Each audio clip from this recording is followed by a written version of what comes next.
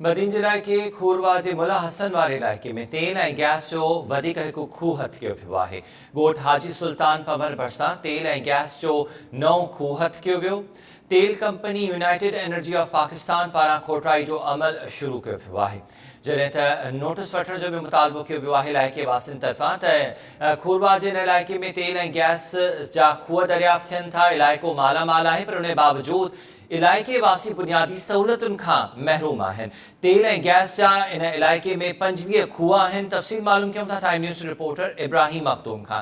इब्राहिम, आगाह कजो, बदीन जो इहो खोरवा ऐं मुला हसन वारो इलाइक़ो तेल ऐं गैस जी मादनियात सां मालामाल आहे। इलाइक़े वासियुनि जे लाइ छा सहूलियतूं आहिनि? जी, खोरवा वेझो मुला हसन वारे इलाइक़े में ॻोठ आहे हाजी सुल्तान पवर, उन भरिसां तेल जो नओं खूह मिलियो आहे, जिते तेल company United energy of Pakistan पारां खोटाई जो अमल शुरू कयो वियो आहे। तव्हांखे ॿुधाईंदो वञा त हिन खूह मिलण खां पोइ मुला हसन ऐं खारी वारे इलाइक़े में तेल ऐं गैस जा खूह हलंदड़ आहिनि। उन जो तइदाद 25 खां मथे थी वियो आहे। पर हिते जेकी ॻोठ आहिनि, मुला हसन आहे, खानानी जत आहे, सुल्तान पवर, दातू पवर आहे, बजारी शरीफ, उस्मान मला, गुलाम मला, नूर मोहम्मद मरी समेत दर्जन ॻोठ आहिनि जिते रोड, पीअण जे पाणी ऐं गैस जहिड़ियूं सहूलियतूं न आहिनि। पर तेल कंपनी उते सहूलियतूं ॾियण लाइ को बि क़दम न आहे खयो।